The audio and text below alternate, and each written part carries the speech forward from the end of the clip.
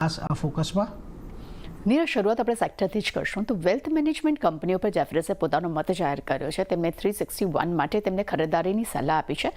લક્ષ્યાંક ₹900 પ્રતિ શેર કર્યા છે. ત્યાં જ નોવામા માટે તેમને બાય રેટિંગ આપે છે અને લક્ષ્યાંક તેમને ₹6000 પ્રતિ શેર કર્યા છે. તેમના મતે ભારતીય વેલ્થ મેનેજર્સ છે તેની હવે સારી જગ્યા જોવા મળી રહી છે. તે સાથે જ FY 24-27 માટે નફો CAGR જે છે તે 20% થી 22% વચ્ચે રહેવાના તેઓ અનુમાન આપી રહ્યા છે. તે સાથે તેમનું એ પણ કહેવું છે કે ટ્રાયલ ફી શેર્સમાં વધારો થયો છે અને ખાસ કરીને FY 27 સુધીમાં 70% થી 75% અર્નિંગ્સ અને તેઓ અપેક્ષા રાખી રહ્યા છે. તે સાથે જ હવે બીજા સેક્ટર્સ પર વાત કરશું, એ છે કેબલ અને વાયર્સ કંપનીઓ પર.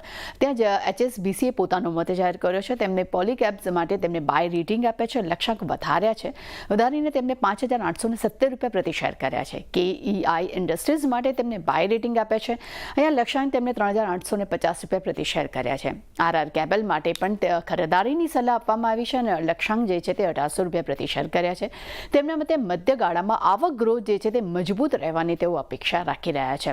ત્યારબાદ શેર્સ પર નજર કરશું તો નિફ્ટીની દિગ્ગજ કંપની રિલાયન્સ પર મોર્ગન સ્ટેનલીએ પોતાનો મત જાહેર કર્યો છે. અહીંયા તેમને ઓવરવેટ રેટિંગ આપે છે. લક્ષ્યાંક તેમને ₹3046 પ્રતિ શેર કર્યા છે. તેમના મતે છેલ્લા એક વર્ષમાં આ શેર્સ 35% અને YTD 10% ચાલતો જોવા મળ્યો છે. તે સાથે જ FY 26 માટે EV/EBITDA જે છે તે 10 ગણા અને P/24 ગણા એટલે કે 24 ગણા વધવાની પણ તેઓ અપેક્ષા રાખી રહ્યા છે. અને ખાસ કરીને એનર્જી, રિફાઇનિંગ, કેમિકલ્સ અને તેમના ટેલિકોમના દરેક વર્ટિકલ સેગમેન્ટ છે તેના માટે તેમને રેટિંગ કર્યા છે.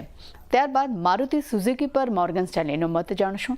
અહીંયા તેમને ઓવરવેટ રેટિંગ કર્યા છે અને લક્ષ્યાંક તેમને વધારીને તેમને ₹14322 પ્રતિ શેર કર્યા છે. ત્યારબાદ કાઉન્ટર છે ગ્રાસિમ પર જેફરસનો મત આપણે જોઈએ ત્યાં તેમને બાય રેટિંગ આપ્યા છે. લક્ષ્યાંક તેમને ₹2600 પ્રતિ શેર કર્યા છે. તેમના મતે બિરલા પેવટ માટે 1000 કરોડના ગ્રોસ રેવન્યુ માઇલસ્ટોન્સને હાઇલાઇટ્સ કરી રહ્યું છે. ત્યાં જ FY 27 માટે સ્કેલ સેગમેન્ટ ગ્રોસ આવક જે છે તે $1 બિલિયન રહેવાની પણ તેઓ અપેક્ષા રાખી રહ્યા છે. એટલે થોડા પોઝિટિવ વ્યૂ અહીંયા પણ જોવા મળી રહ્યા છે.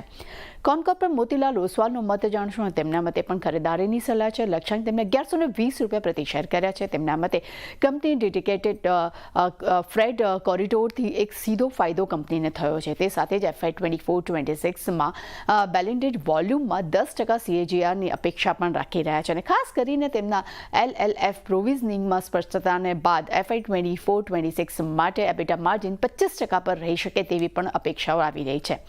ઇન્ડિગો પર કોટકે બાય રેટિંગ આપ્યા છે. લક્ષ્યાંક તેમને ₹4300 પ્રતિ શેર કર્યા છે. તેમના મતે FY 24માં એરલાઇન્સ ઇન્ડસ્ટ્રી ઘણી જ મુશ્કેલીમાં છે, પરંતુ કંપનીને નફો થયો છે. પરંતુ નફો છેલ્લા ક્વાર્ટરના ઉચ્ચતમ સ્તર પર પણ વધતો જોવા મળી શકે છે.